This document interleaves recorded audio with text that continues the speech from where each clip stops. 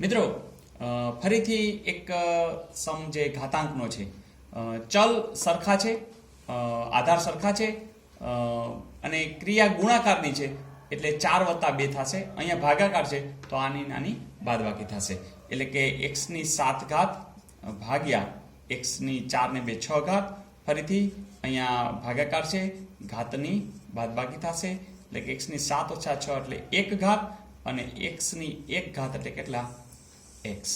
તો એ જવાબ આવશે x.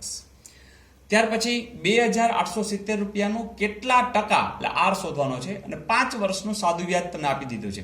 તો i અને 1722 તમને આપી દીધા છે.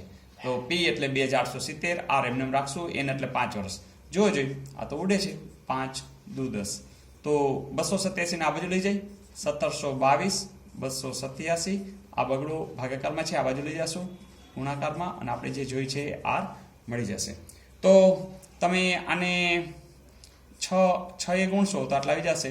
તો 6 દુ ને 12 એટલે કે 12% એ આનો જવાબ થશે. આપેલ છે? હા આપેલ છે. અને ત્યાર પછી ગુસા અ લેવો છે, ગુરુત્તમ સાધારણ અવયવી. તો અહીંયા 28, 42 અને 70માં બધામાં ચાલે એવું 2 છે, જુઓ જોઈએ. હા છે 14, 21, 35. હવે 2 છે, અહીંયા છે, અહીંયા નથી એટલે 2 નહીં ચાલે. 3 છે, અહીંયા ના, અહીંયા નહીં ચાલે. 4, 5, 4 તો લેવાનું નથી. 2 પછી 3 પછી 5 પછી 7 એ રીતે જ જવાનું છે. અવિભાજ્ય જ લેવાના છે.